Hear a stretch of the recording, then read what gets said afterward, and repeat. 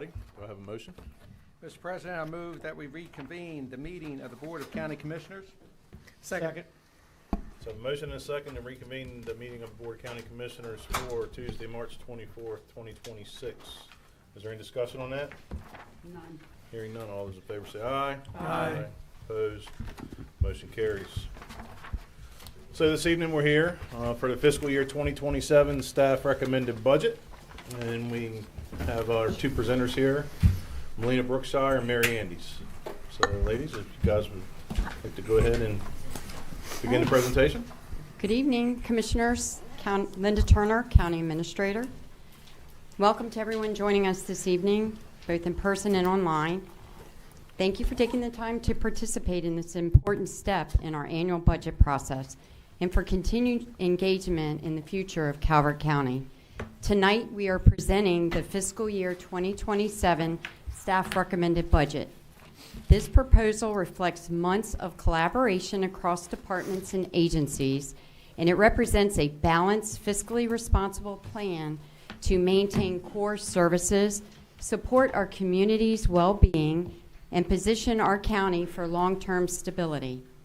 This budget aligns with the Board of County Commissioners' priorities, including public safety, clear and effective communications, education, environmental stewardship, while maintaining a high quality of life for all of our residents.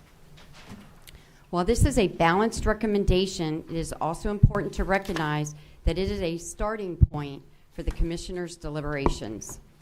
In the weeks ahead, several key decisions remain, including the outcomes of collective bargaining within our Fraternal Order of Police, additional funding requests from the Board of Education, potential cost of living adjustments, emerging capital priorities such as athletic facility improvements, and the impact of state-level funding changes, including reductions affecting our health department. These items will require careful consideration as the Commissioners develop their proposed budget. It is important to emphasize that this is a draft budget, and the public input is a vital part of this process.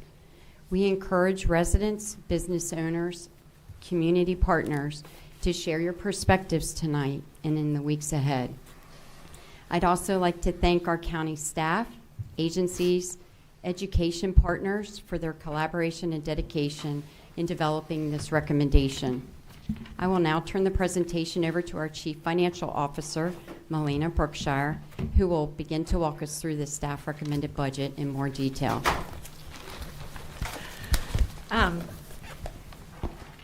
There is one public hearing scheduled for today. The hearing was duly advertised, and the certificate of publication is made part of the record. Citizens were invited to provide comment on any or all of the hearings after each presentation has concluded. The hearing may have a separate comment period following the brief presentation. Anyone here in person may sign in at the sheet next to the front door. Thank you, Melina. Thank you. Good evening, Commissioners, and welcome to our community members joining us. It is a privilege to present the staff recommended budget for fiscal year 2027. It is a plan that maintains our core services and remains firmly rooted in fiscal responsibility. We will highlight major revenue assumptions, expenditure priorities, and significant changes from the current year, and afterward, we look forward to hearing from our residents.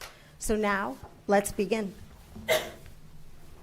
To provide a brief roadmap of our time this evening, we will start with a budget overview and a snapshot of our financial position. Next, we will walk through the general fund, examining our revenues, expenditures, staffing, and fund balance policies. From there, we will review our special revenue, enterprise, and grant funds. We will then transition to the capital improvement plan, followed by a dedicated look at education funding. Finally, I will wrap up with key policy decisions for the board. Our expenditures are aligned with our highest community priorities. You will see that 16% of our overall budget is focused on public safety. To ensure timely responses and high service levels, we are adding 7 new positions here, including a recruiter and 6 additional school resource officers. With these additions, all Calvert County government schools will now have a dedicated SRO on site. We are also funding the first year of a new lease program for our sheriff's office, adding 52 vital vehicles to their fleet. This budget includes resources to strengthen coordination across departments, improving how we plan, share information, and deliver services. We are enhancing internal communication to ensure consistent messaging and alignment among leadership, which supports more effective decision-making. The budget also prioritizes meaningful public engagement, expanding opportunities for residents to stay informed and provide input. Together, these efforts help ensure we are operating as one organization, transparent, responsive, and focused on serving our community. We have carefully evaluated expenditures to ensure resources are used efficiently and aligned to our highest priorities. This strategy reflects our focus on improving operations, maximizing existing resources, and making thoughtful, strategic investments. At the same time, we remain committed to long-term financial stability, maintaining a balanced budget, preserving adequate reserves, and planning responsibly for future needs. We are recommending the use of $12 million in prior year fund balance to support capital projects. This allows us to invest in critical infrastructure today rather than deferring cost and placing a debt burden on future generations. Education continues to be a top priority in the FY27 budget. Approximately 40% of the overall budget, totaling $163 million, is dedicated to the Board of Education. This represents about $3 million above the state's maintenance of effort requirement. We are recommending this additional support to help the board achieve its key objectives for fiscal year 27, which they will outline in their portion of the presentation. We believe this investment is important to maintaining the high-quality school system that Calvert County is known for. MOE, maintenance of effort, funding for private pre-K programs. Although this requirement began in FY26, there was no local cost. FY27 is the first year to mandate this requirement, and the county's share is approximately $190,000. The budget also includes a $250,000 increase for the College of Southern Maryland. The state has capped funding increases at 3% for fiscal year 27, and the college previously presented its goals and priorities during a public meeting. We continue to prioritize the protection of our rural character through thoughtful land use planning and targeted investments. Funding is also directed towards safeguarding our natural resources, including environmental conservation and infrastructure that supports long-term stability. At the same time, we are promoting responsible growth by aligning development with available infrastructure and community priorities. Together, these efforts ensure we are balancing growth with preservation, protecting our environment and quality of life for current and future residents. The foundation of this budget was built on early planning and the clear strategic guidance provided by the Board of County Commissioners. Guided by these priorities, our county departments thoroughly mapped out their operational, staffing, and capital needs. This year also marked a significant step forward in our internal operations. We successfully launched a new budget tool. And by training staff across the entire organization on this new tool, we have elevated the consistency, transparency, and efficiency of our budget process. Throughout this cycle, my team was guided by a core philosophy: to serve as a true partner to Calvert County departments. We collaborated closely with the department leaders to truly understand their on-the-ground needs and challenges. We evaluated every submission to ensure it aligned with our county's priorities and fiscal constraints. And we maintained open lines of communication. No reductions were made without direct, honest dialogue with the affected departments. While carefully monitoring shifting revenue projections and broader economic conditions, we made the necessary adjustments to deliver this staff-recommended budget before you today. It is a plan that secures our core services, it funds our strategic goals, and it safeguards our long-term financial stability. As we now transition into the Commissioner's budget phase, the board will review, refine, and ultimately adopt the final fiscal year 2027 budget. This is a high-level snapshot of our recommended budget. You can see the breakdown across our general, enterprise, special revenue, and grant funds, providing a balanced and sustainable plan for the year ahead. Now I will invite our Budget Deputy, Mary Andes, to walk through the fund level detail. Thank you, Melina. Looking closer at our general fund revenues, property tax continues to be our largest and most stable source at $227 million, representing 55% of total revenues. Local receipts contribute 4%, and other taxes make up 3%. It is important to note that income tax revenues, which represent 33%, can be volatile due to the state reconciliation processes. Because of this, we maintain a long-standing, disciplined policy of estimating conservatively. We do not assume revenues until they are realized, which protects the county from shortfalls.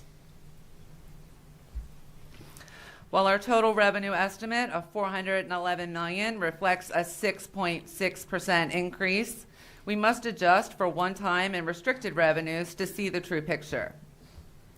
When we back out the $12 million in prior year fund balance dedicated to capital projects and $3.5 million to EMS cost recovery revenues, our adjusted recurring revenue base is $396 million, a very modest and sustainable increase of 2.5%. The $12 million in prior year fund balance is an important part of this plan because it represents the county's own direct investment in critical capital projects. Similar to making a down payment when purchasing a home, this commitment allows us to put local resources forward today to address major infrastructure needs responsibly. We use FY27 revenues to support FY27 operating expenses, and we absolutely do not recommend using fund balance for routine expenditures. The use of prior year fund balance is limited to a transfer for capital projects, ensuring the county continues to invest in major infrastructure needs today, rather than pushing those difficult funding decisions to future years. Just as we take a disciplined, conservative approach to our revenues, we apply the same deep sense of stewardship towards our expenditures. With our revenues, we estimate cautiously. With our expenditures, we plan for the unexpected so that our community is never caught off guard. To that end, for FY27, we have introduced specific contingency accounts for parks and recreation and general services. This is a highly intentional move. It allows us to prepare for potential needs, but with a strict safeguard that those funds cannot be touched without first formally notifying the Board of County Commissioners. While this requires a few extra steps on our end, it guarantees absolute transparency and accountability to you, our residents. It might look like how you manage your own household finances. Before you make a major purchase for your family, you plan, you verify that you have the money available, and you carefully evaluate your options. We apply that same standard at the county level. When there is initial uncertainty about the exact timing of revenues, we do not just forge ahead and commit funds early. Instead, we wait. This disciplined approach ensures that we remain financially sound. It prevents us from overcommitting our resources and preserves our flexibility to navigate changing conditions that may come our way.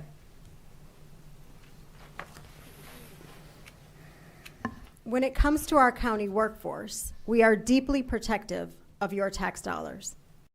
This year, we received a total of 44 position requests from across departments. Following a rigorous review by the County Administrator's Office, we have only approved roles that provide essential direct services to our community. I know that whenever residents hear about new government positions, there can be a concern about funding bureaucracy. And I want to be exceptionally clear about exactly where the investment is going. We are moving an accountant 2 from the Finance and Budget Office to the Treasurer's Office for continued fiscal integrity. Of the core additions in this budget, 8 of these roles are entirely dedicated to keeping our community and children safe. We are funding 1 public safety recruiter funded through the 911 fees that the county already receives from the state, an assistant state's attorney to support our justice system, and 6 new school resource officers. Again, because of this strategic investment, every single Calvert County government school will now have a dedicated on-site SRO. We are also recommending an office assistant for Parks and Recreation to support 2 of our revenue-generating areas. We are not adding bureaucrats, we are adding guardians for our schools and essential support for our neighborhoods. We do not commit taxpayer dollars to permanent headcount lightly, and this strict vetting process is how we ensure that our workforce remains lean, efficient, and entirely focused on serving our residents. Now I will turn it back over to Mary Andes. Special revenue funds are used to account for revenues that are legally restricted or committed to being spent on specific purposes. Unlike the general fund, which supports a wide range of county operations, special revenue funds are more narrowly focused. The money in these funds can only be used for the purposes for which it was collected. These funds are typically supported by dedicated revenue sources such as grants, state or federal funding, fees, or specific taxes. Because of these restrictions, they help ensure transparency, accountability, and how certain revenues are used. Overall, special revenue funds allow the county to clearly track and manage resources that must be used for specific programs, ensuring compliance with legal and funding requirements while maintaining public trust. For FY27, we are requesting the addition of 2 new special revenue funds, both related to public safety. The first fund supports the EMS cost recovery program. These revenues are distributed to the volunteer fire departments with a portion retained to support career EMS services. The second will enhance transparency and improve our reporting capabilities for AMOS funding, which is distributed specifically to the volunteer fire departments. Together, these additions strengthen our ability to track dedicated public safety funding and ensure it is used as intended. Our enterprise funds operate much like self-sustaining businesses. The Water and Sewer Fund is supported entirely by user fees and service charges rather than general tax revenues. Rates are carefully structured to cover the full cost of operations, maintenance, and long-term sustainability. The Water and Sewer Enterprise Fund supports the county's water treatment, distribution, and wastewater collection and treatment services. This fund operates as a self-sustaining system, meaning it is supported by user fees and service charges rather than general tax revenues. Rates are structured to cover the full cost of operations, including maintenance, infrastructure improvements, and long-term system sustainability. For FY27, the fund is balanced and includes key investments in equipment and system needs identified by the department. These investments are critical to maintaining reliable service, meeting regulatory requirements, and supporting future growth in the county. These investments are essential to maintaining reliable service. The Solid Waste Fund is a self-sustaining system funded through user fees. For FY27, no changes are proposed to the solid waste fees. The fund remains financially stable, allowing us to maintain current rates without placing any additional burden on our residents. The expenditures for solid waste are balanced at $17.2 million. These fees support the daily waste collection, landfill management, and robust recycling programs. The investment included for FY27 will ensure we maintain efficient service, extend the life of our facilities, and meet all the environmental compliance standards. And back to Melina to discuss grants. When we look at funding our community needs, we are constantly searching for ways to deliver exceptional services while reducing the burden on you, our residents. grants are an important tool in that effort.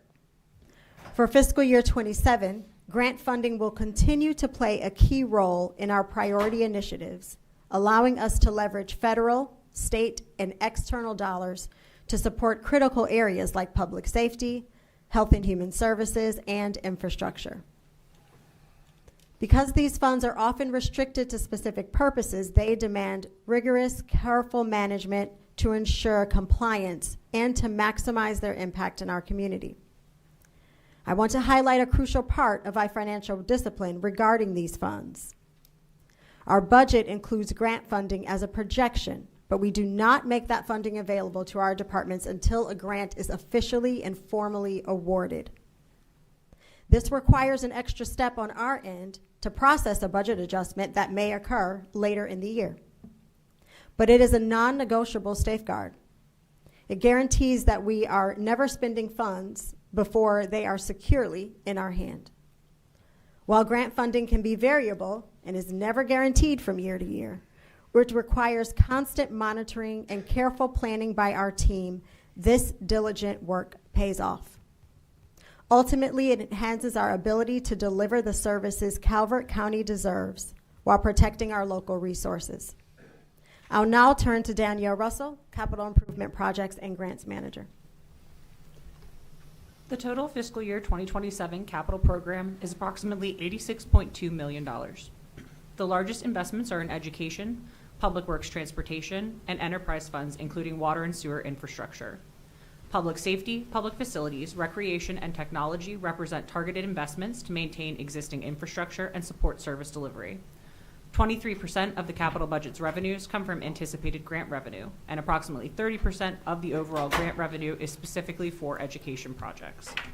Overall, the fiscal year 2027 program reflects a balance between maintaining existing assets, meeting regulatory requirements, and advancing key capital projects.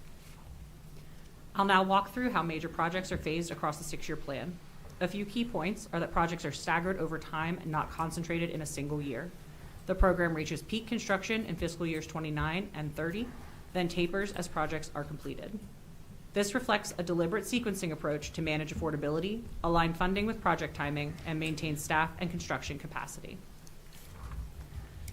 This slide isolates public safety projects, but they follow the same approach. They are phased across multiple years, major facility investments are spread out, and infrastructure is timed to maintain service continuity. The takeaway is the same. The program is intentionally sequenced to balance project delivery with long-term affordability.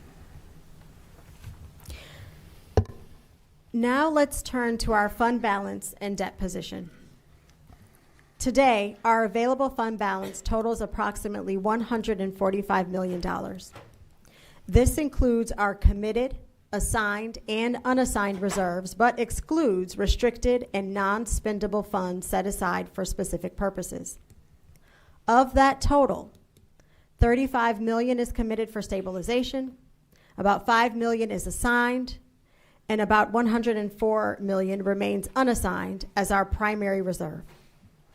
It's important to note that fund balance does not represent cash on hand. Rather, it serves as our financial safety net. This strong reserve position is reflected in our fund balance ratio of 37.2%, which is calculated against our annual revenues. This exceeds Moody's minimum benchmark of 35%, which is required to maintain our AAA bond rating.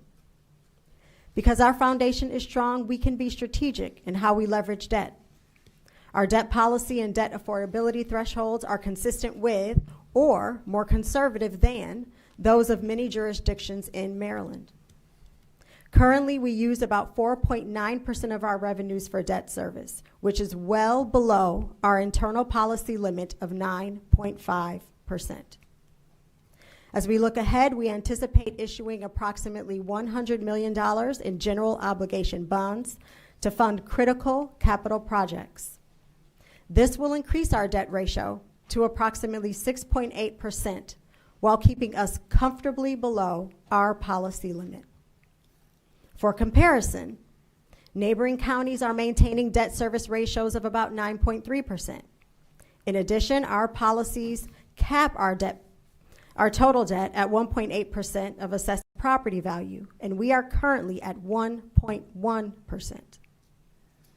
Ultimately, these practices ensure we balance the urgent need to fund critical infrastructure today with the protection of Calvert County's long-term financial stability and the maintenance of our AAA bond rating. Our unwavering commitment to education is reflected here. The county's operating fund for the Board of Education totals approximately $163 million for FY27. Beyond operating support, we have $2.8 million in debt service and are committing about $21 million in capital improvement plan for our schools. Coupled with our new SROs, these investments ensure Calvert County Public Schools remain academically exceptional and structurally safe. I will now invite Superintendent Dr. Newsom to detail the Board of Education's budget.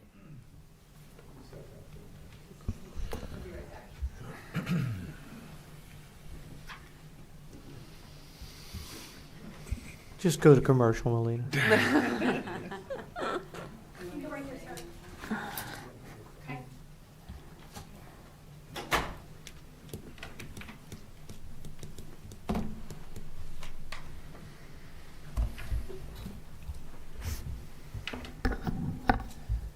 Good evening. Good evening.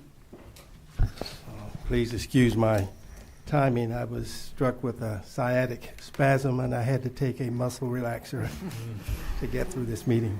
I hope you can understand and appreciate that. I needed one of them this afternoon. I want to thank you for this opportunity to represent the Board of Education's approval of the superintendent's budget back on February 12th.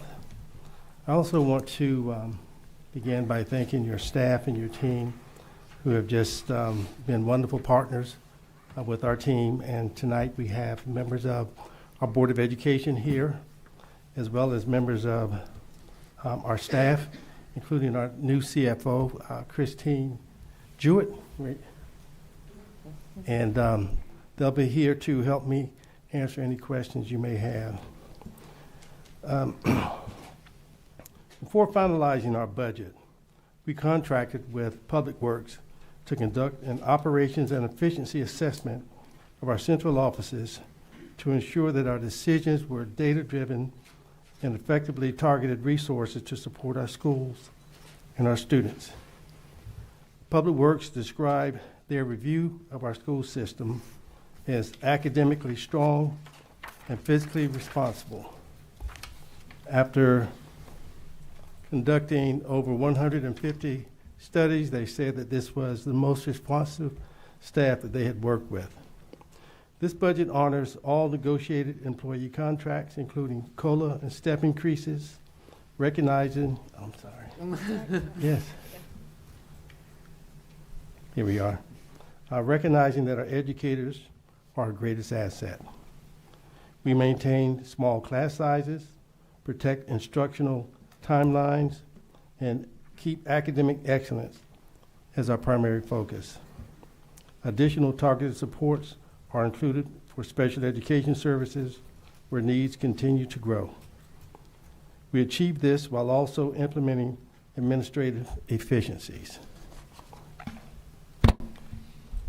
I had intended to share with you a short story called The Blueberry Story. I know Mr. Ireland has heard it before, but I want to make sure that I keep within your time frame, so I'll save this story for another day.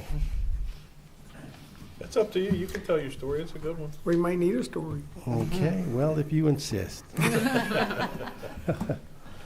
This story was told by Jamie Vollmer, who was the CEO of Blueberry Ice Cream. He went around the country giving speeches about how education was failing our country and how it needed to operate more like the business community if it was ever going to be successful. And during one of his speeches to a group of teachers, at the end of his speech, one teacher asked, "What do you do with your defective blueberries?" Well, he said, this is called Bluebell ice cream. He said, "We don't have any imperfections in our ice cream. If we were to receive a defective shipment, we would discard it or send it back. The teacher responded, "We have blueberries who enter our doors every day, and many of them are defective. Some have special needs, some are gifted, some didn't have dinner last night. But we don't turn any of them away. We accept them all." And so Jamie Ballmer started a mission to understand education better.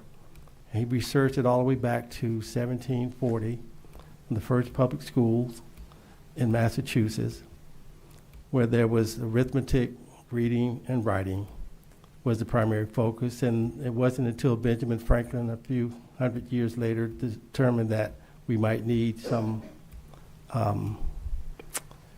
science and social studies.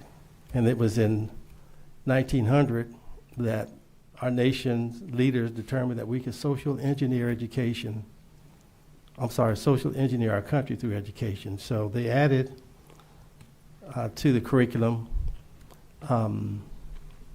transportation, some arts, home economics, and so forth. And each decade, they added more and more and more to the curriculum. And by the 70s, it was out of control.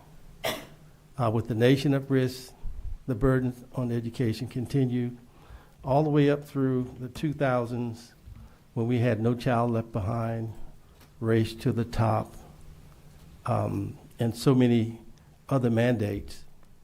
And on average, our state legislators add about 50 additional legislative mandates a year, most of them well-intended, but the burden has been so great that public education has faltered. And Jamie Ballmer concludes that no country has asked its educators to do what America has asked it to do, and it is to raise its children. Not 1 minute has been added to the day. Not one initiative has been taken off the plate. And so when I've shared this story, and the long list is several pages of what's been added to the plate, with members of Congress and legislators, I asked them, what would you take off the plate? And they look at the list and they say it's difficult to take anything off this plate. And so I've responded to them, well, perhaps you can help us a little bit better with the resources to manage these unrealistic mandates. In my last 6.5 months here, I've observed that this county commissioners body has been very diligent in helping to support Calvert County schools with some of these unrealistic mandates. I can tell you from talking to my colleagues that this school system is the envy of the state. And so I'm pleased to continue. That was an abbreviated version of the blueberry story, and perhaps I can share the list with you at another time.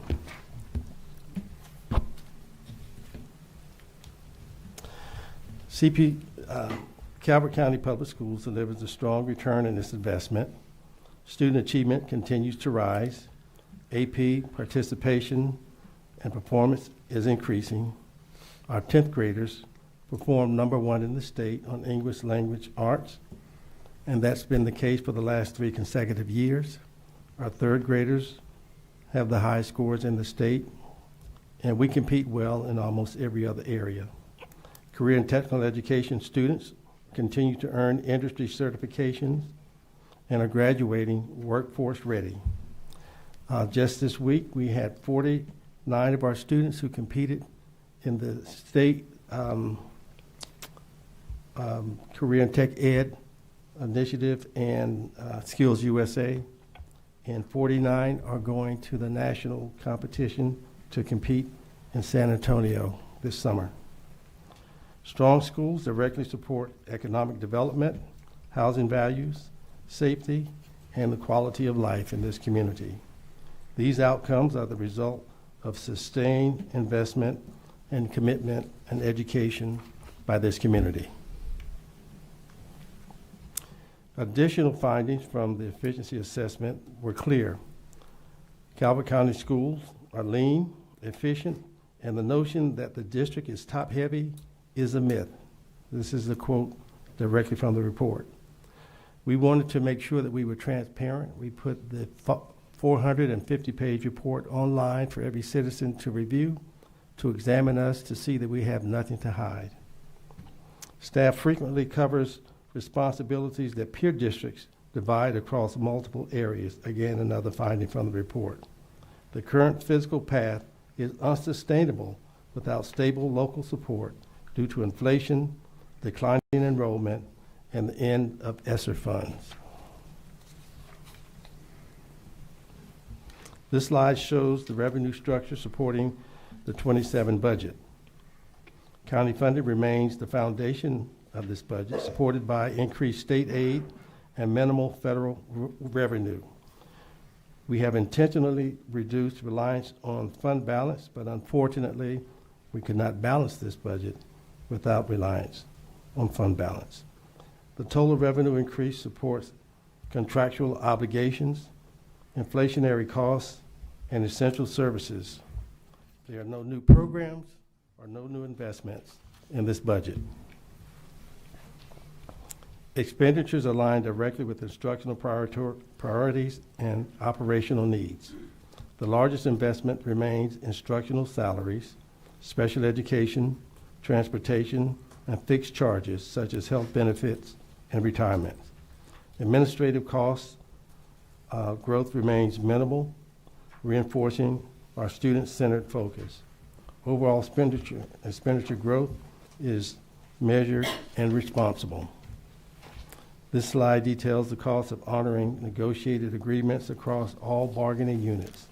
Salaries and fixed charges increased total nearly $7.8 million, reflecting both contractual commitments and rising benefit costs. This request additional funding helps offset the requirement and our obligations, which you see is $6.7 million above what is being proposed by the county. Position growth is modest and strategic. The 27 increase reflects targeted needs, primary instructional and student support relations. Overall staffing growth remains well below historical norms and peer comparisons. Our decrease in growth in positions is down by 90% in this budget compared to the current budget.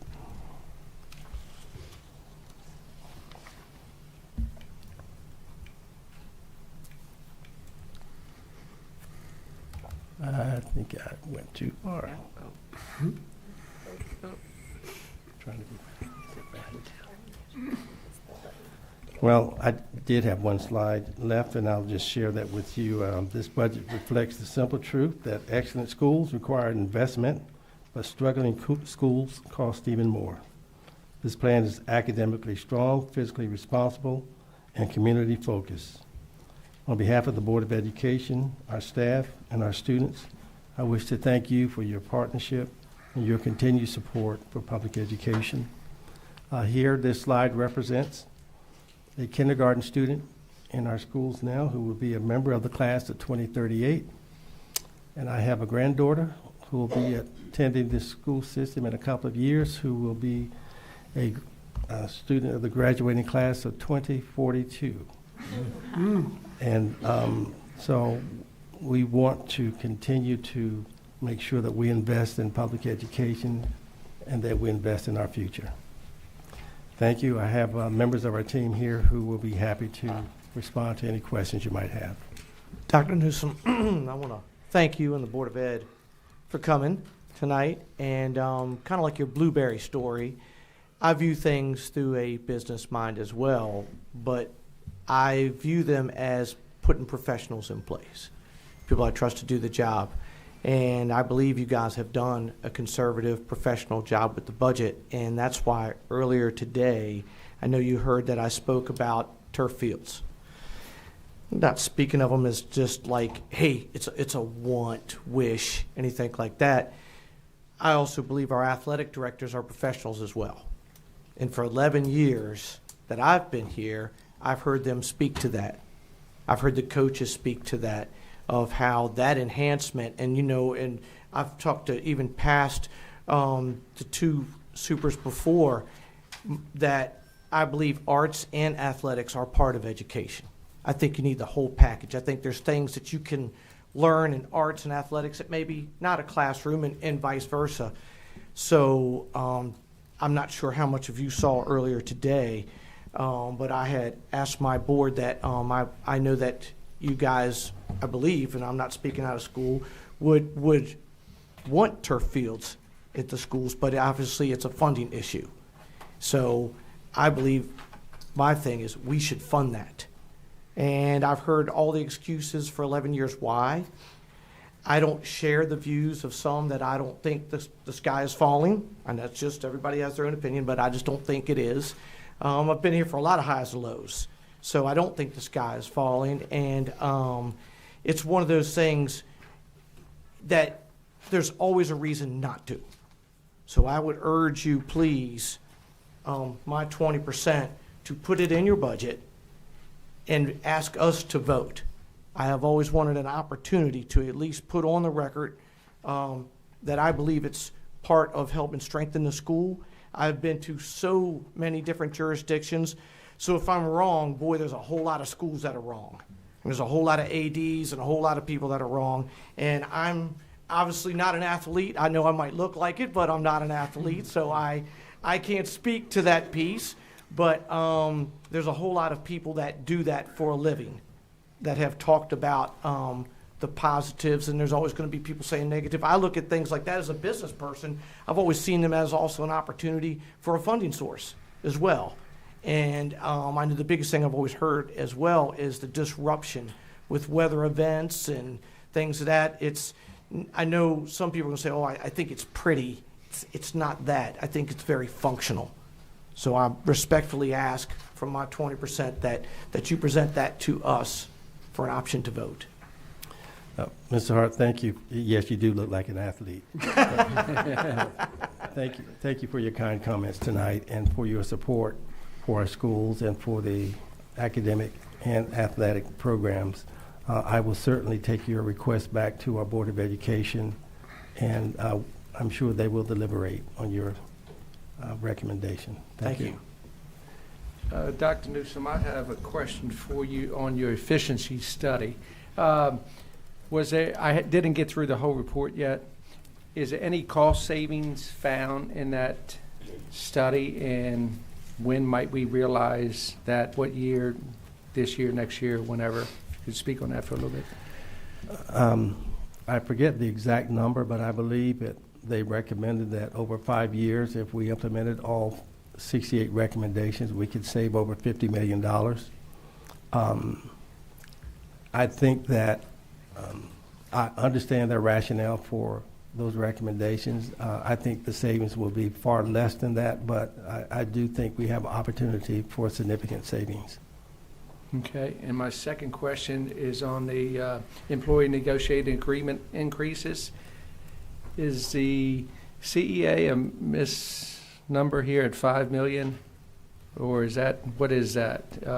I'm just looking at all the other agreements here, and I see the CEA was at $5 million. Could you talk about that for a little bit? I think, so all of the negotiated agreements, the total cost was, I believe, $7.7 million. Yes.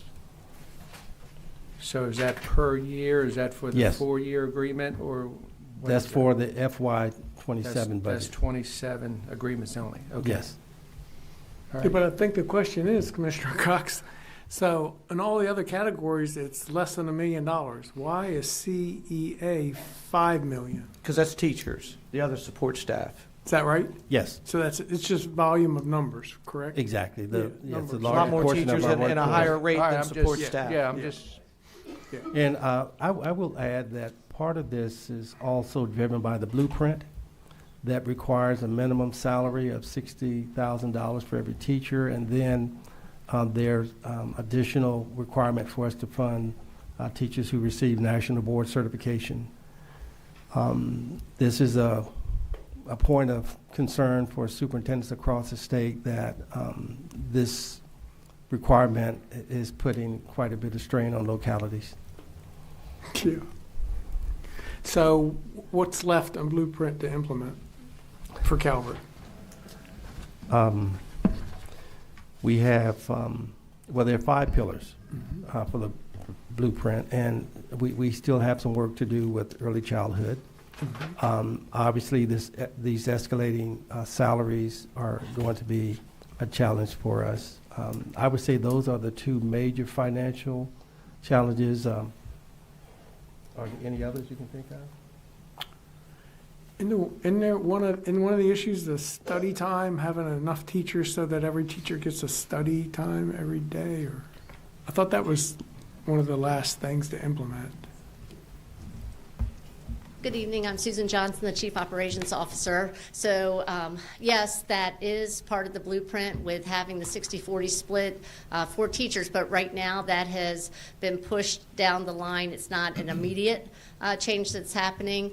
The lead teachers, level 4, has had some changes to it, so we'll be working through what those changes are, but that's another elevation in salary. And then with Pillar 4, we continue to look at resources that are needed for our special populations. Have you done a cost estimate for the 60-40? Because it was pushed down the road, we did not. Did not. Yeah. Okay, thank you.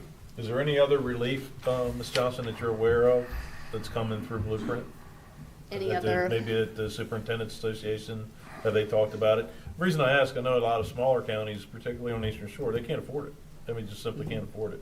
That's I correct. just didn't know if there was any relief that they had talked about at your level or at your level that you had heard that's, going to occur. Well, we have met several times with the state superintendent and members of our staff, as well as the AIB leadership. And our president, the executive director of the association is pretty much a lobbyist on behalf of the Superintendent's Association. So she spends almost every day in the General Assembly, and it's been a real challenge to, I guess, get the type of feedback that we are hoping to receive on some of the requirements, some of the relief that we're hoping to receive. But you are correct. Some school systems are saying that they don't know how they're going to remain in compliance with the blueprint mandates.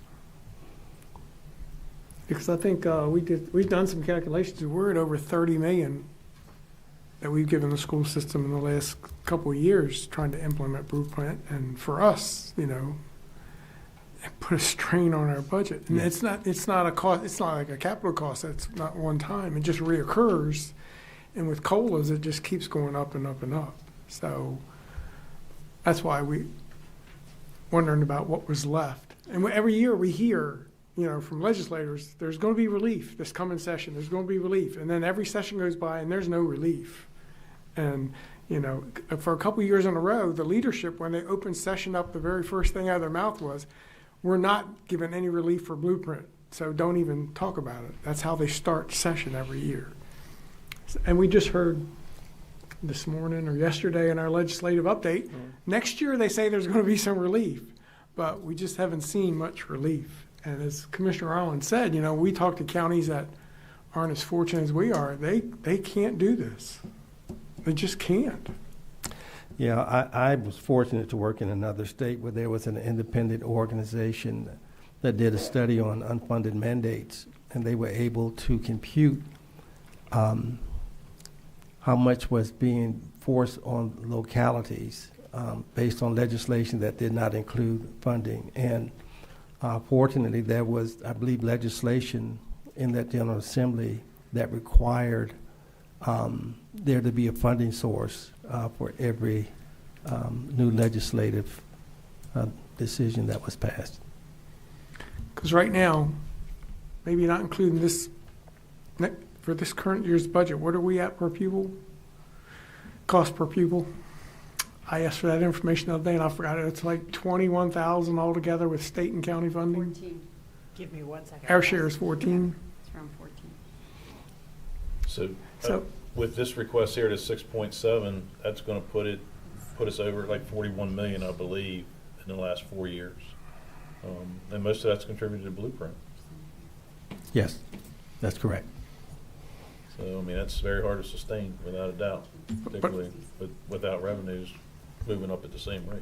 Right now, our level of funding per student is around 14. 14,766 per pupil. That's state and county share.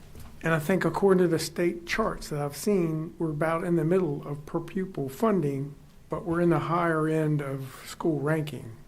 What's the county Yeah. contribution $6,697 per pupil. per student? So, you know, the money we're spending, we're getting a good benefit out of the money that we're spending, is what I believe I've determined out of those charts. But You know, I will also share that while Calvert continues to remain high in state funding, I see that there are signs that we can be challenged in the next several years to maintain that level of competitiveness. Explain. Well, there are some areas where I don't know is, and I've been here for 6.5 months, so I can't put my finger on all of it, but it appears to me that there are some areas where we have slipped, and there are other school systems that have gained ground, specifically in the area of mathematics. We do very well at English language arts, but we have some work to do in mathematics to close that gap. The problem I see with Blueprint is they started off with a bang. They were going to help us. This was going to be our obligation. And now, little by little by little, they're not enforcing all aspects of Blueprint. I would be very surprised if the early childhood education comes to fruition in the next 10 years with the way finances are going. But having said that, it hangs over all of our heads as stewards of our constituents' money. How are we going to face this? And it's just a constant cycle, and we're going to have more being pushed down to us after this election year.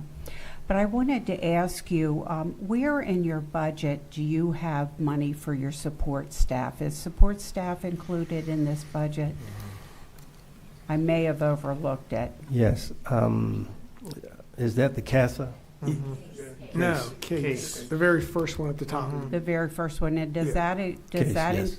Well, where are the bus drivers and the student Contract aides and services. all That's a that? separate contract. That's Yeah. contract That's services. correct. Have you fulfilled all those contract services? Have they been signed for the next fiscal year? We're in negotiations You're right in now. negotiations now. Okay. Okay. How's it going? Typical negotiations. We want to pay less, they want to receive more. There was a recommendation by the efficiency report that we go out to bid with more of these contracts, and so we're in the process of developing our RFPs. Thank you. And I don't want to get into a side thing. When you say go out to bid, you don't mean out of county, do you? Yes. So that would be, I know it's under your purview, but that would be a discussion. I Well, would that's like to that's have. that's one of the recommendations of the efficiency report. As a matter of fact, transportation is the one chapter in the report that they say that we could see the greatest savings. They anticipate that we could see And I'm savings sorry, of up to $12 million. who's given that recommendation? Public Works, that's the organization that did the efficiency review. So, What I would say is, we understand, and I certainly understand and appreciate the decades of history that many of our contractors have with this community, and we certainly want to honor that. and I have a lot of history with them growing up here, knowing a lot of them personally, knowing, I mean, and I don't want to take this discussion. I would like to talk with you one day about that. Like I say, it's a very valued resource, and it's real easy when some people want to say, you know, I've heard everything from start buying buses and all that, and you know, that's just not feasible. I mean, that's millions and millions of dollars, and then so You know, and I know the rotation and everything there, but I would appreciate, just because I was here when we had the strike, and I don't want to see us go through that again. That was a big Nor do I. disruption. Yeah, that was a problem. So we've talked about, today we mentioned we'd heard Career Center last year turned away 87 students because they didn't have capacity to take in those students. And I've been hearing from parents about cuts to gifted and talented programs. Is that correct? Gifted and talented is fully funded? Everybody's got everything they need? Okay, that's good. Well, And I don't know tutoring- that I would go as far to say they have everything they need. I don't They're recall shaking that their we made. heads, so I'm looking between the Well, two I of you. don't think we made any cuts. No cuts. No cuts. That's But correct. it's, okay. And the tutoring program, no cuts? You're welcome to come up to the microphone. Jackie Jacobs, Chief Academic Officer. So we had a grant through the state of Maryland for tutoring. That grant has ended, so we no longer have that funding. Gotcha. Yeah. So that ended in December. You know how it is, we hear everything. Yeah, I heard about that as well. So what happens to that program now? Is it just not funded and we don't offer those tutoring programs anymore? Correct, because we do not have the funding to move forward with the tutoring. We still have some funding that supports some of the schools, but not the amount of money that we had through that grant. How much was that grant? A couple $1 million. Winter Field. And no opportunity is out there to apply for another grant. Not at this time, but we are looking. Yeah. So is there any discussions how to fix the Career Center issue, to expand capacity? I think you're having some discussions with community college about We are. partnering up. Yes, we are. Yep. Southern Maryland school districts, St. Mary's, Charles County, and Calvert County are working in collaboration. That for not, is it talking about this coming school year or the school year after that? You have any idea how soon that might happen? So we are in discussion right now with CSM, and they're usually a year out, so that wouldn't come into fruition until the following school year. 27. Yeah, Yeah. 28. But I will say that the number of seats will be very limited. How is it going? How are the discussions going? Because CTA is such a big, big part of our community, and it will continue to grow. I just had one graduate from college with a degree in biology, and that Monday he became an apprentice in the electrical union and is absolutely thrilled. And we're really encouraging our grandchildren to look into the trades. So it is going to explode. We've got to be on top of it to accommodate our students in this county. Agreed. I would like to clarify that sometimes there's confusion between the CTA and the CTE. The CTE, Career and Technical Education, is the umbrella. CTA is a school.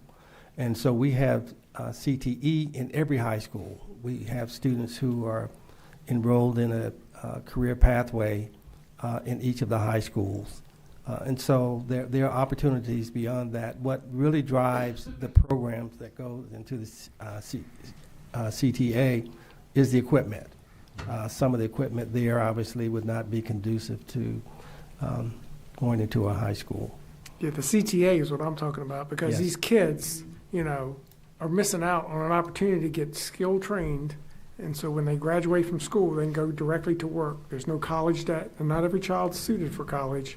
But, we hear all these wonderful stories about these kids that graduate from CTA and go on to these great careers. And to think that 87 of them missed that opportunity, is something that, along with turf fields, we should look at. I know you've been to a Agreed. graduation, and it really is something else to see them with their parents and to know that they are going to go into skilled jobs where they will be able to support themselves and future families. So we've got to get on top of it. Well, we are strong advocates for career and technical education and for our CTA program, which is a model in the state and beyond. I mean, these kids graduate and go to work the next day and make 80 grand a year. Yes. College students don't do that. I mean, it's just, and the demand is there. So one of the things we are looking at with the Tri-County area and CSM is which programs, because the 85 are really over certain programs. So we're looking at which programs are at capacity, which ones would be offered at the Hughesville Center, and how we might be able to bring the Tri-County area together. So that is what we have been talking about, is looking at which programs are at capacity that still have a request for those slots, and then what we might be able to do with CSM. Do you know the capacity at Hughesville? I do not. It's dependent on each individual program, so dependent on whether it's electricity or welding, what their capacity is within that building. So those are part of the conversations that we're engaging in. Transportation's probably the biggest challenge for that.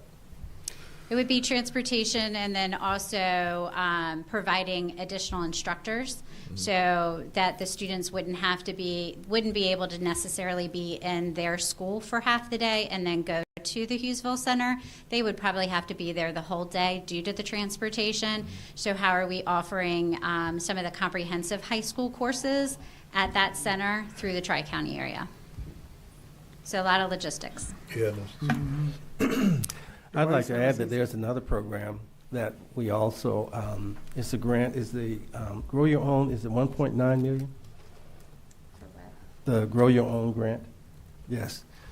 So Grow Your Own Teachers would provide an opportunity for us to work with our paraprofessionals and our support staff to help them get into a teaching track. And it's a competitive grant, but we feel very good about our submission. I mean, I've always said you get one opportunity to educate a child, one shot, to get them on the right path that'll set them on a course for the rest of their lives. We need to take advantage of that. If I'm wrong and Commissioner Hart is right, and we got plenty of money, then we should look at all these opportunities to help our students in schools, right? Absolutely. Yeah. It's always raining. So when we met Governor Moore, give you a quick story. So I told him, I said, look, you know, when Governor Hogan came in, next thing you know, there was COVID. Nobody saw it coming. You know, I said, you came in, somebody knocked a bridge down. It's always raining. But if it wasn't raining, you wouldn't need us up here. So, you know, that's what we get paid to do, and it's always going to be raining, but it's priorities on things. And I'll, like Commissioner Hand said, when I went to school, I don't want to slip and call it VOTEC. I know you get... But we will. But I'm telling you, that was a great program, and you know, I'm glad to see it thriving on the level that it is, because try to find somebody out here that knows how to do something. Call and need an electrician, a plumber, or HVAC. It's difficult, and when they do show, they are good paying jobs. So whatever we have to do, but we can't have a child miss a seat because of capacity. So, Dr. Newsom, just for Yes. the sake of time, did you get through your slideshow, sir? I did, yes, Okay. thank you. All right, because we could sit here and talk all night about this, I think, but I think we should move on. Thank you. Thank you. Thank you. Thank you very Thank you. much. Thank the Board of Thank Ed. you. Thank you. Thank you. Sheriff? Yeah. Sheriff Cox? You want to come forward?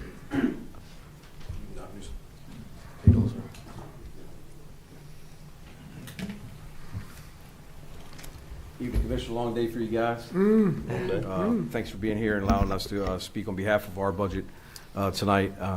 Thank you to Dr. Newsom. He's been great. You know, learned a lot from him and his expertise in what he does and what he brings to the table. This budget, my staff put together. They put a lot of time into it. It seems like July is going to get here again. We're working on the next one. So I'd like to thank my staff in putting this stuff together for us, because it's a lot of work that goes into it. This is our third budget presented to you guys as I said here as the sheriff, and my budgets have remained flat, or they have got reduced in our operational budgets. But it's optimistic hearing of the budget here that we're going to do some things to the sheriff's office, because when I prepare these budgets, I'm looking to 5 to 10 years from now. What's Prince Frederick going to look like 5 to 10 years from now? We've done studies. We're already behind on manpower, so. When we do these budgets, we're preparing for the future, and some of these manpower issues are in there, and so we can be prepared for what's next in the next 5 to 10 years. And I ask you to take this budget seriously because I am responsible for 95,000 people, the safety of them, and the safety in our schools. And it's very good to hear you guys. I've been asking for 3 years to staff our schools with SROs. And it's just not the job that goes into it, it's the opportunity for these deputies to interact with our children. They allow the coach. All the schools I've been into, the principals actually have positive impact on that school. So, and they play a big role in it. And that's not safety, but mentoring our kids, bringing DARE back to our classrooms, and able to teach our kids what drugs look like, because there was years we weren't doing that. And it's very important to teach our kids how to react to it, how to say no, how to handle peer pressure, because I tell you what, peer pressure is it's running rampant in our schools, on the street. And to have that knowledge and the education that we're giving those kids to be able to react to that and say no, or tell a parent, or tell your principal, or tell your SRO is huge. And I want to say thank you for that, because I know Mr. Hance, Commissioner Hance, we were going back and forth when I was running. I did my part. When I came in, I put deputies in the schools that I didn't have, necessarily trying to shuffle everybody around when they have the district stations that I implemented, which has been huge too as well. And thank you for the support on that. Lastly, we're the lowest paid in the Tri-County area, and that includes retirement. But negotiation with the county administrator, I think we can work through that, and I think we're going to get. All we're asking for is fair and marketable compensation for our deputies to be paid what Maryland State Police is, St. Mary's, and Charles County, to be in that ballpark. That's all we're asking for. And I say that for all county employees. They do a great job. I see them out there from working on our roadways to HR, to human resources, and to our financial folks and the county administrator. They do a great job, and I think they deserve the same. And any questions for you guys before? I don't want to hold up. I know it's past 8 o'clock, so I'm here for any questions for you guys. I don't have a question, but I want to thank you for the job you've done in keeping us safe. I mean, we're the best in the state, and it's all because of your leadership. So thank you so much. Thank you. And I think the district station's working out well, and my plan moving forward in the future is to fully staff those like a fully functioning sheriff's office. So I'm glad to see the SROs there. It's something you have talked about from the very beginning. So government does move slow, but thanks, they're there. And you're right, the districts are phenomenal. I tell people all the time, and somebody's going to throw a rock at me, those cars on the side of the road are brilliant. I used to watch them for years. They ran 24 hours a day, gas running, somebody in it, and whatever the lowest paid guy, doesn't matter, with benefits and all, that's a 24-hour car running there. You get the same brakes right now, and it's an empty car. It's brilliant. For a business mind, I love that. It's great. And well, I said we don't have to pay $30 an hour to sit in the car. Absolutely. And the presence out there works. I mean, there's people that go through our county that don't live here tonight. No, they don't, and they don't know. And it's brilliant. I love it, and I love the positioning of the cars in places. I mean, but I do get the comments that we got to wipe the snow off of them because it gives it away. So, and we had a for sale sign put on one of them in Dunkirk. So. I put that on there. Yeah. No, you guys have done phenomenal, and I saw that. I got to be able to buy a car somehow, so I had to put a few. Yeah, that was genius. I love that, and like you say, because the folks come rolling down here, they have no clue, and you see those brake lights hit, and I can tell you, I work with the public, and I so appreciate seeing the vehicles and the stations there, and no, you guys are just doing a phenomenal job. And going back to the pay thing, we have to be competitive. Absolutely. We have to put the best deputy in that car you're talking about, and competing with everybody around for the same pool of applicants is tough at times. So, I just ask you to consider that to at least be in the same ballpark as our surrounding jurisdictions. Sheriff, take a minute and paint the picture of the exigency of you needing a crime lab and property room and what's going on over there. Yes, sir. Our building we currently are in is 112, 15 years old. That I have a lot of deputies that said that their dad or their grandma died, or their grandparents died in that building. So it used to be a nursing home or whatnot. Or were born in it, yeah. The old hospital. So what I'm dealing with, if you check what's going on around us, our county is kind of like, I don't know if it's a force field around it, but what goes around in PG and Arundel. We see everything. We get the intel, and to have a real crime lab for 2026, a modern crime lab to where we have a real scale incident.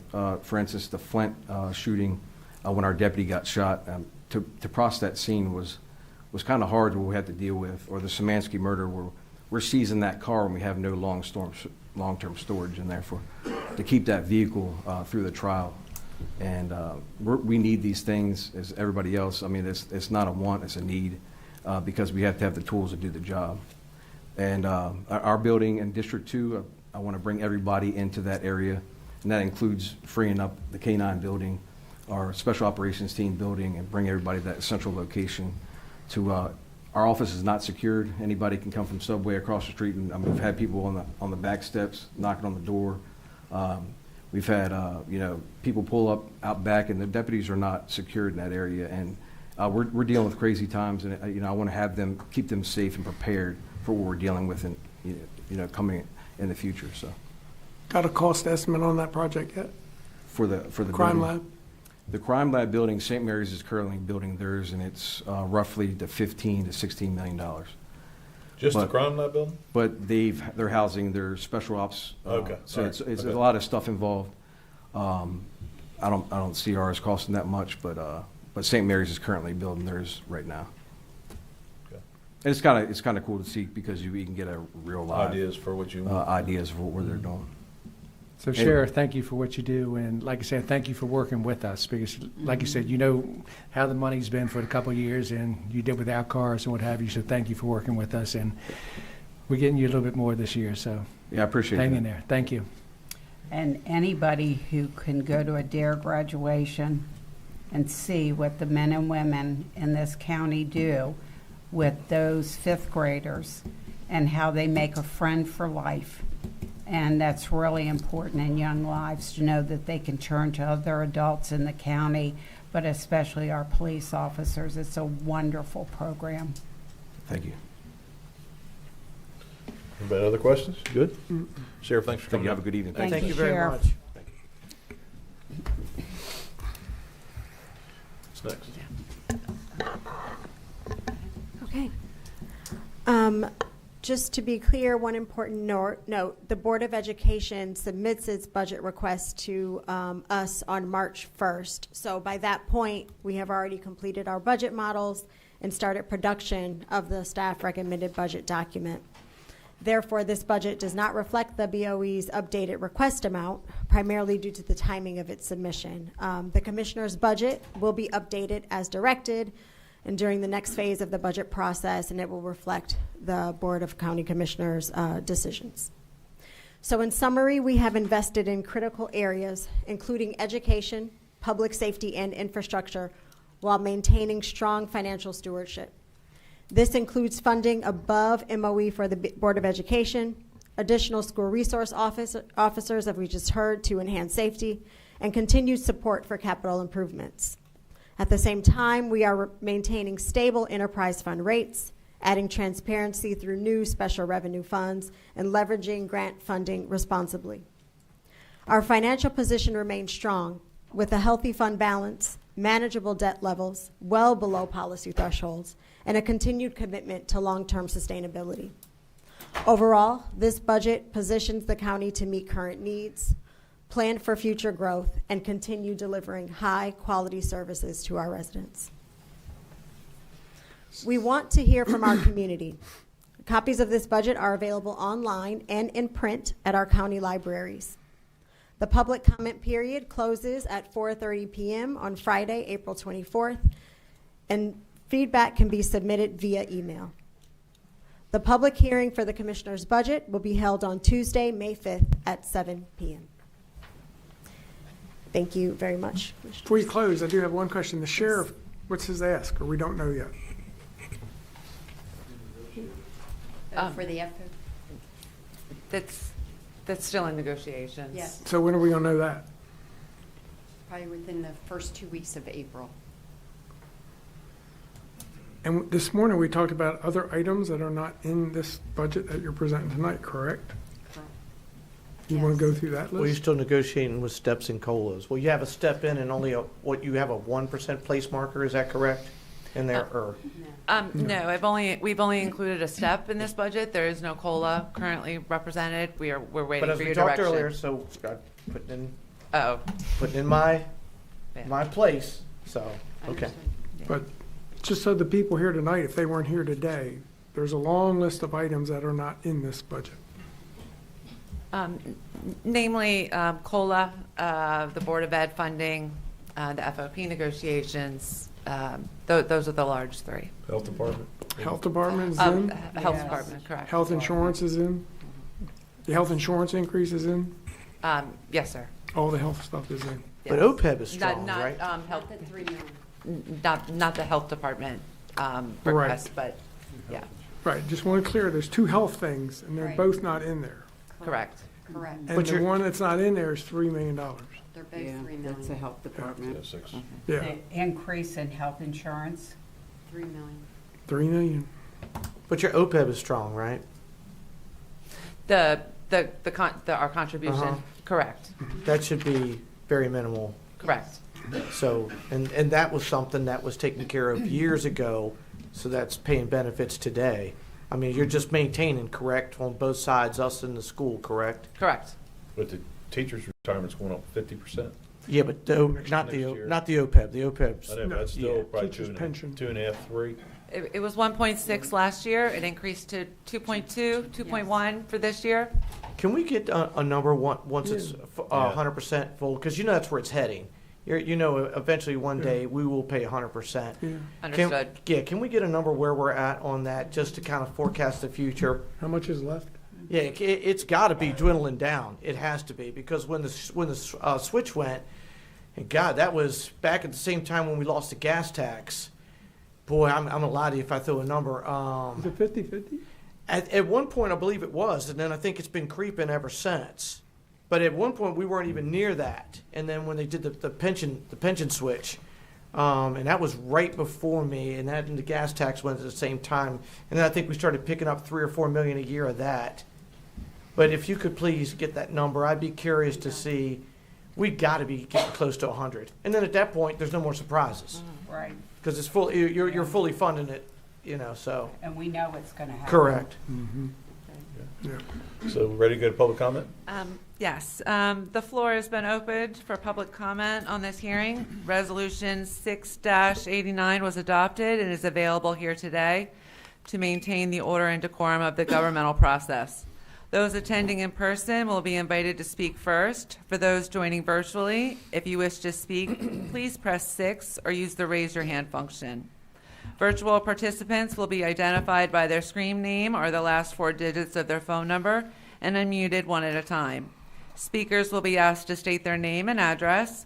Speakers who are providing comment as an individual will be allocated 2 minutes. Speakers who are a designated representative of a group will be allocated 5 minutes. And the first speaker, Scott Dewan, I think. I respectfully request that Jeffrey Lewis, the head of the library trustees, speak before I do. I'm going to speak as the president of the Calvert Library Foundation. Good evening. Good Good evening. evening. Good evening. Fix this here. I'll make it quick. Carrie gave me a whole list to talk about, but I figured you had a long enough day. So good evening. My name is Jeffrey Lewis. I'm representing the Board of Library Trustees today. It's great to have the support of our community and here tonight to ask for additional support of our county commissioners. We have an exceptional library system, but its quality is not supported without additional financial investment. Our lean operational model focuses on staff that directly serves our community members on the front line. This results in the library consistently having the highest community satisfaction rating in the county community surveys and the highest per capita checkout and in-person visits, despite Calvert County having the smallest population in Southern Maryland. But we have compromised the future of our library system unless we can grow the administrative staff. Out of necessity, existing staff have simply taken on additional roles and unreasonable work levels. This will compromise quality of service and risk of staff burnout. Other Maryland library systems of comparable size to Calvert County have more administrative staff managing daily operations than we do. Charles and Cecil County have twice as many administrative staff, despite Calvert having higher circulation and offering twice as many public programs. St. Mary's is similar in size to Calvert, but they have 2 more administrative staff than we do. We are one of only 3 systems in the state without an assistant director to support library operations. To maintain current quality of service, 4 position requests have been put out forward by the executive director, 2 full-time and 2 part-time people. These positions would ensure that the county's investment in the library will continue to deliver safe, effective, and high-quality outcomes. So we respectfully ask that the library staffing request be fully funded for FY27. I also brought here with me today another board member, Kip Atlee, who's our secretary, along with Scott Deacon and his wife and Kip's wife, Patty, to support us, and they're all part of the foundation as well. What's the cost? I do not have that. Just under 300,000. So, thank you. Thank you. Thank you. Thank you. Thank you.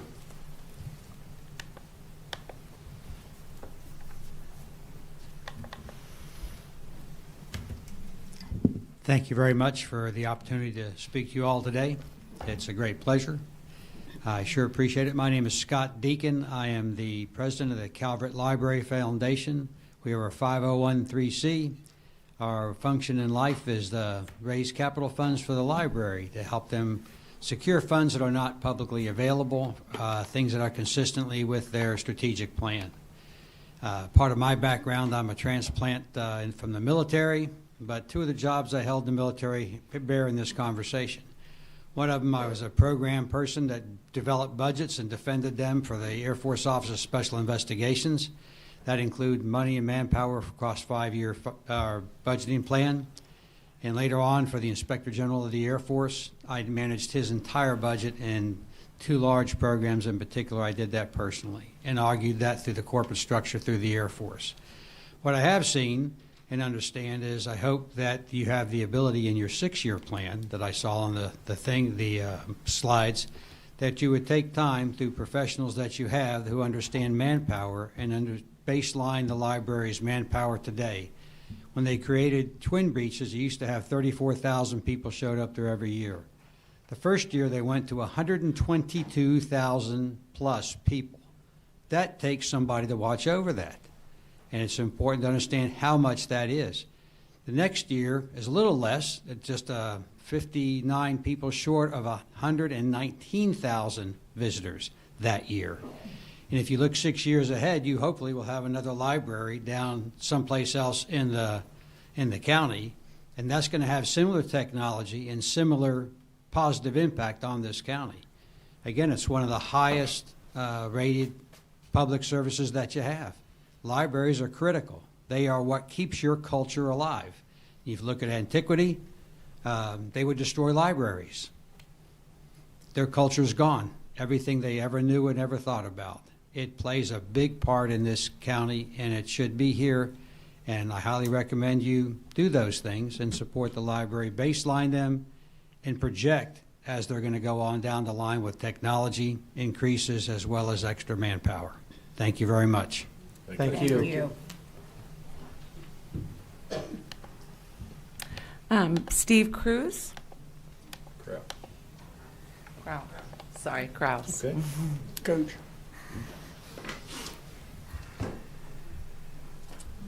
Hi, good evening. Steve Krause, Owings, Maryland. Thank you for giving me this opportunity to speak. I've lived in Calvert County with my family for 25 years, raised 4 children, and I'm here today to speak for the kids who can't speak for themselves and the coaches who needed a voice in this. For 25 years, I've watched Calvert County athletics prowess and excellence and unbelievable achievement happen on a daily basis, and with a lot of apathy regarding how the upkeep of the stadiums and the athletic facilities it's just been done over and over again. 1,200 students approximately play sports in Calvert County, and that's just the high schools. That's not including all the 8, 9, 10-year-olds out there.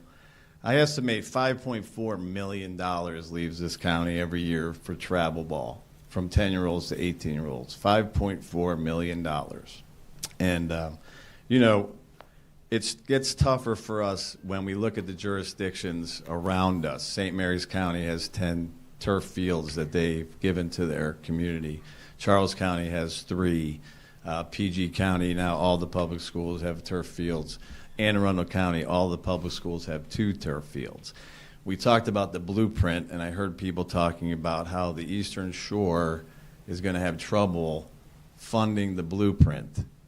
I was at the Eastern Shore scouting Snow Hill this fall. They have a turf field. Oh my gosh. That's pathetic. So what happens, my frustration after 25 years is I've watched coaches beg, borrow, and steal. I've watched them, like Dr. Newsom said, when the mandate from the government came down that it was our responsibility to raise the nation's children. That is what your coaches and teachers and assistant coaches and administrators are doing every day. And all I would like to see is the same effort from the adults in the county to recognize how hard these kids are working. Sir, your time is concluded. Thank you. Thank you. Thank you. Thank you. Thank you. Patrick Flattery.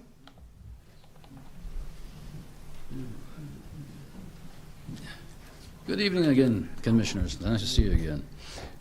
Thank you for the opportunity to speak on the proposed $411 million budget. A 6.61 increase over last year's $386 million to this year's $411 million is significant. Most working families in Calvert have not seen their income rise anywhere close to that amount. Groceries, gas, electric bills, and mortgages keep climbing, yet our paychecks stay flat. When you spend our tax money faster than we can spend our own money in our own pockets, something isn't right. Last year, the county told us it was switching to zero-based budgeting, starting from scratch and justifying every dollar. Yet here we are again with another large increase. Looking at the Finance Department's own memo for this budget, zero-based budgeting isn't mentioned anywhere. That raises a serious question. Are we truly following the definition of zero-based budgeting, or are we just adding to last year's numbers?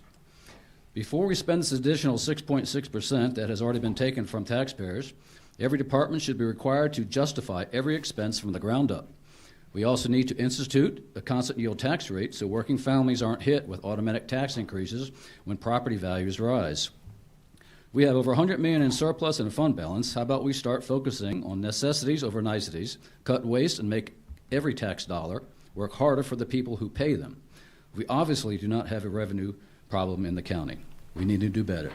Thank you. Oh, I have time left. By the way, is a backpedaling. You're right about VOTEC, right? I attended in 11th grade and 12th grade electronics and industrial electricity, and it's extremely important to the superintendent, extremely important that programs like that continue to be funded so individuals like myself can get where we are and the young men can rise. Thank you. Thank you. Thank you. Mike Schisler.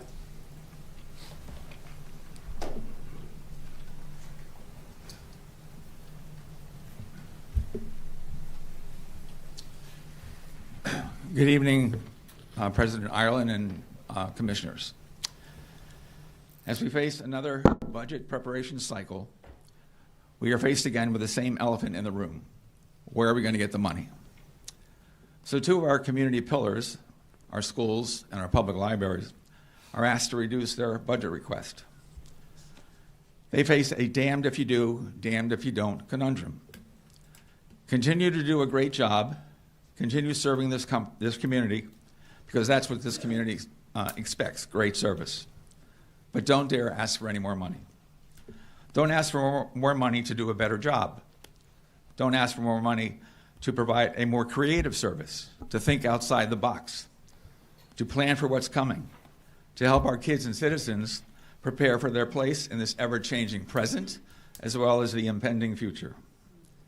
Don't ask for more staff, for more money to hire more staff to provide a better service to our citizens, especially more administrative staff, or more financial staff, or more home HR staff. Don't ask for more money, but keep doing a great job. Just do it for less. You can Google some other facts about Calvert County. This is from this afternoon, courtesy of the AI for Google. Calvert County ranks second in wealth among Maryland counties. Howard County is number one. Calvert County ranks 18th among 3,000 counties in the United States. We dropped from 17. Howard ranks 6th. Maryland ranks 3rd in overall wealth among states. We had been 4th. So please keep those facts in mind as you work on this budget. And a quick response, Mr. Hart and the folks supporting the turf fields. How about thinking in terms of supporting all the kids in schools from pre-K to 12, providing free meals for them every day? How about doing that instead? And when it comes to overall, thank you. Thank you. Margaret Dund.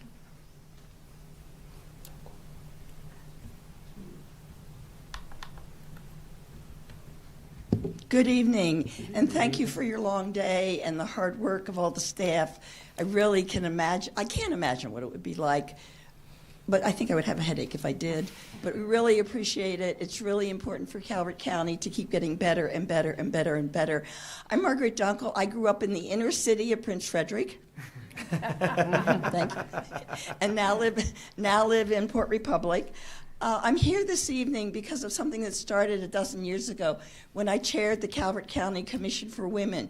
We rediscovered Harriet Elizabeth Brown, who was a 30-year-old school teacher in then segregated schools, black schools, white schools, and she learned, and her attorney learned, that the teachers at black schools were paid half of what the teachers in white schools were paid for. And so with her tall, skinny attorney, who was just 29 from Baltimore, he was always tall, he wasn't always skinny, his name was Thurgood Marshall, they sued the Calvert County schools in 1937 for equal pay for black and white teachers. After a lot of back and forth, the county commissioners and the school board both met between Christmas and New Year's, which I know is your favorite time to meet, in 1937, on December the 27th, 1937, and agreed to equalize pay for black and white teachers over a 3-year period. That turned the corner for the state of Maryland. Harriet Elizabeth Brown is someone of whom we can all be proud, and we need to celebrate. One of the ways we can celebrate her was that the Maryland State Legislature created in 2015 a Harriet Elizabeth Brown Commemoration Task Force, which I had the honor of chairing. We came up with 3 recommendations: the portrait of Harriet Elizabeth Brown based on this picture, which is on our 2015 report, in the courthouse, the stretch of Maryland, I'm speaking for an organization. My apologies. The stretch of Maryland Route 2 going from Route 4 over to the county lines, the Harriet Elizabeth Brown Memorial Parkway, and the creation of the Harriet Elizabeth Brown Community Center and Park. I was delighted to see that you have put some money in the budget for the park and community center, $1 million in 2028, $10 million each in 2029 and 2030. I'd like to ask you to bounce that back a year, so that I think you also have some money left over from previous years, so that you really start full force in 2027 with, I think it's planning money for the $1 million. And then I need some more information. I don't quite know what the $10 million in the next 2 years are for.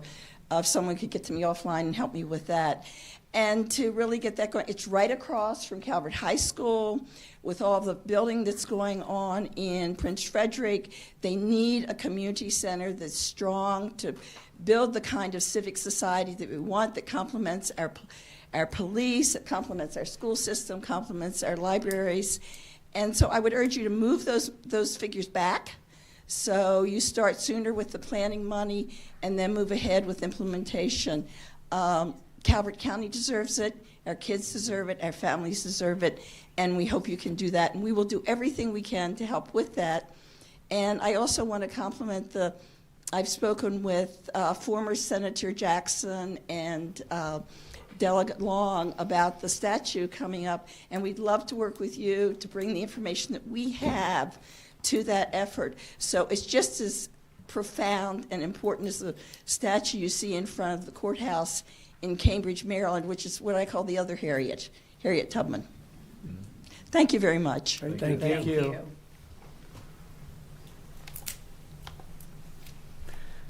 Charles Judge, speaking on behalf of the library.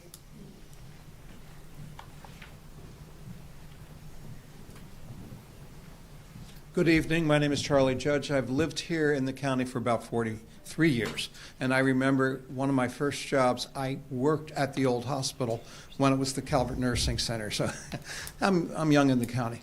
I was asked to talk about what the library means to me and to the community.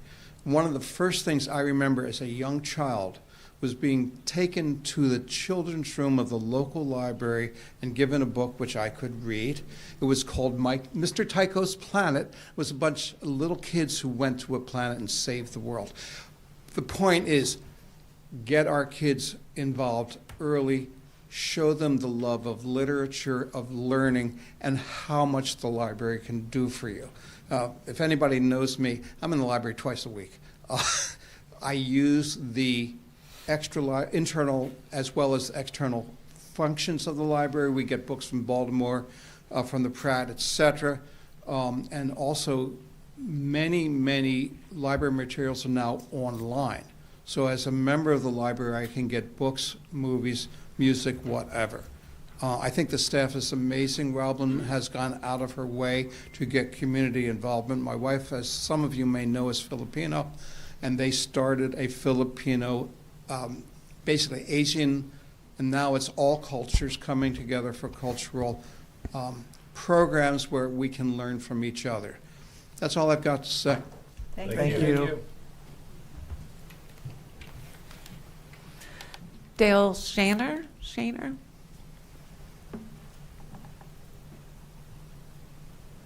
Good evening. Good evening. Good evening. I'm a bus driver in Calvert County. I've been that 8 years now. Every year, it seems like since 2021, when we first signed a agreement that we would get 8 hours a day, we get threatened by it. I work for a contractor. All the bus owned in Calvert County are contractor owned.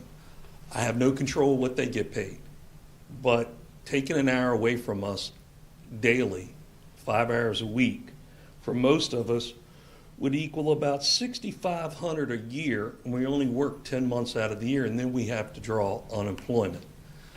A lot of these bus drivers, single, living paycheck to paycheck, and it's a tough road, as you all know.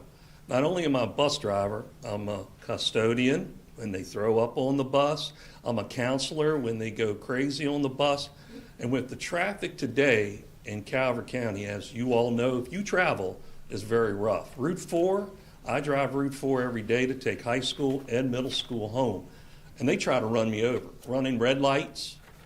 It happens all the time. So we are not only just bus drivers, we are more than that to get these kids to and from school safely. So I just want to bring attention to that it seems like we get threatened almost every other year about taking an hour away. And we perform what we are supposed to do in the contract. So I just wanted to bring that attention because budget is budget and we don't need a cut. That's the bottom line, okay? Thank you. Thank you. That is all the signed in speakers, commissioners. We do have participants online. Dawson, if you would like to kick that off. There are 5 attendees online. If anyone wishes to speak, please use the raise your hand function on Teams or press *5 on your telephone.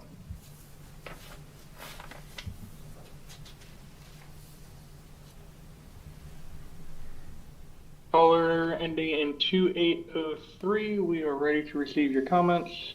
Please state your name and address and whether you'll be speaking as an individual or as the designated representative of a group. please use *6 to unmute your phone or press the unmute button in Teams. Your hand went away. Good evening, Commissioners. My name is Joseph Cormier, and I'll be speaking on behalf of myself this evening. The Board of Education had their performance audit on February 12th and their budget on February 26th.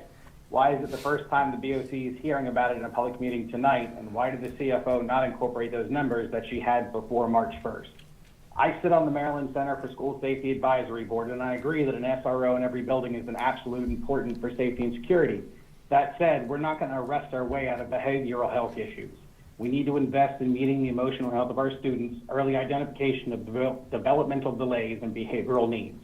We need to invest in our educational support staff. Turf fields, turf fields, turf fields. Everyone around us has a turf field, and they all lost to us in the state championship, right? There's 14,500 students, give or take, in our district. We have some doing bake sales for playgrounds, but what about our girls' softball dugouts, lacrosse fields, tennis, volleyball, bocce? But we're going to get turf fields for everybody. Public schools have a mission to serve every student in the neighborhood that comes in the door, and like Dr. Newsom said, we can't turn away the bruised blueberries. How many students could we be feeding 180 days with that $10 million it'll cost to build your 4 new turf fields? What happened to the water and sewer audit after residents received $10,000, $20,000 bills right before Christmas of 2022? How can you claim to have balanced budgets when you have multi-million-dollar budget adjustments year after year? The BOCC recently pulled $4.7 million to purchase vehicles outside the regular replacement cycle because of the BOCC's decision to defer maintenance beyond safe and reasonable timeframes. Vehicles are operating costs, not capital improvement projects, but the CFO is choosing to assign that $4.7 to the CIP.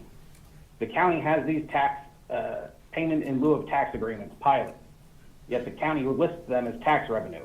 The agreement with Constellation went from 2017 to 2023 with a 9-year of a 42% tax credit.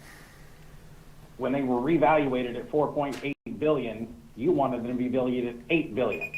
The state told you that they could have a hearing for you as early as October 2025. So instead, you renegotiated the deal behind closed doors with no public input. And Your now they're public gonna comment pay has $60 billion concluded. Thank you, sir. Yeah, thanks.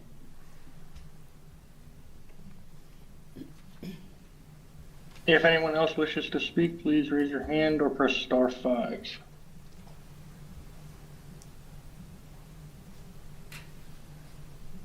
There are no other callers online.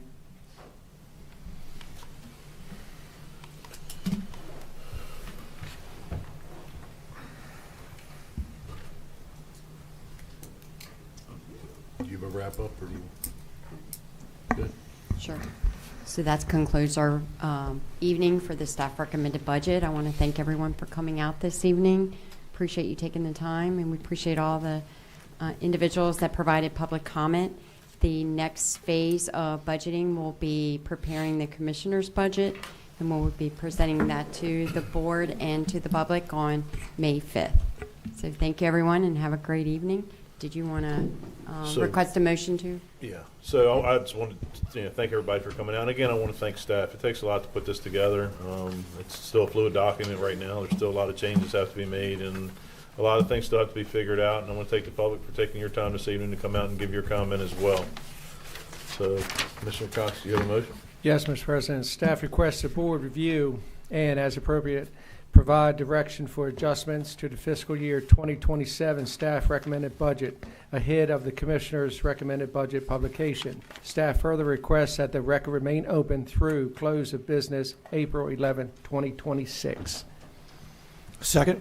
So I have a motion and a second to Commissioner Cox's motion. Is there any discussion on that?